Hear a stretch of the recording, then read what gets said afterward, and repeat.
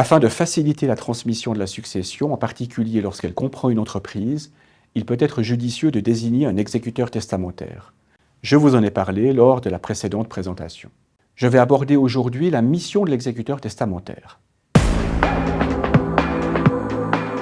D'une façon toute générale, il est chargé de faire respecter la volonté du défunt, notamment de gérer la succession, de payer les dettes, d'acquitter les laisses et de procéder au partage conformément aux ordres du disposant ou suivant la loi. Son premier devoir est ainsi de gérer la succession, c'est-à-dire de l'administrer en prenant toutes les mesures utiles et nécessaires à la conservation de celle-ci. L'exécuteur testamentaire doit renseigner les héritiers sur tous les faits qui peuvent déterminer leurs droits successoraux, cas échéant leur indiquer les actions judiciaires qu'ils ont la faculté d'intenter.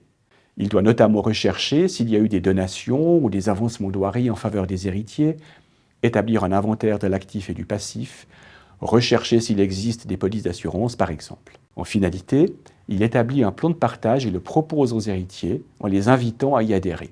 En cas de refus par les héritiers du projet de partage, l'exécuteur doit rechercher un accord et proposer un nouveau projet. À défaut d'entente, il appartient à l'un des héritiers et non à l'exécuteur testamentaire d'introduire une action en partage. L'exécuteur peut aussi décider de démissionner. L'exécuteur testamentaire doit rechercher l'accord des héritiers et en cas de divergence, entre eux, offrir ses bons offices de conciliateur.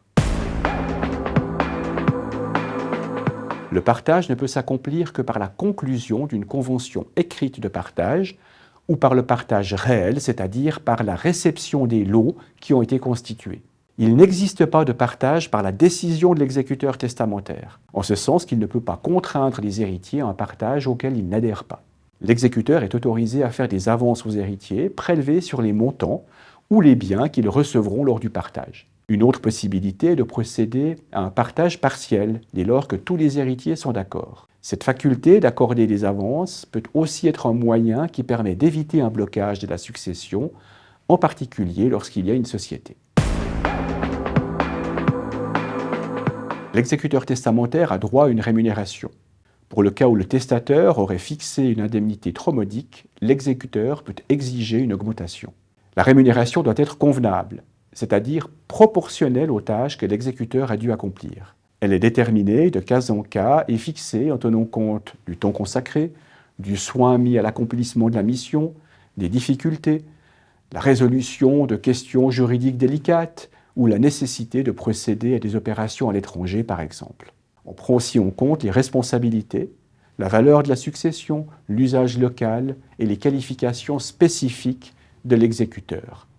Le temps consacré reste le facteur principal. L'exécuteur a aussi droit au remboursement de ses débours. La rémunération est due à la fin des fonctions, mais il y a la possibilité de prélever des acomptes directement sur les actifs successoraux en informant les héritiers. Si la durée d'activité est longue, l'exécuteur veillera à présenter, en principe une fois par année, un décompte à jour des honoraires perçus. L'indemnité due à l'exécuteur est prélevée sur l'actif successoral comme une dette de la succession. Mais lorsque la mission de l'exécuteur ne concerne qu'une ou plusieurs personnes déterminées, l'indemnité qui lui est due est une dette personnelle de ces personnes.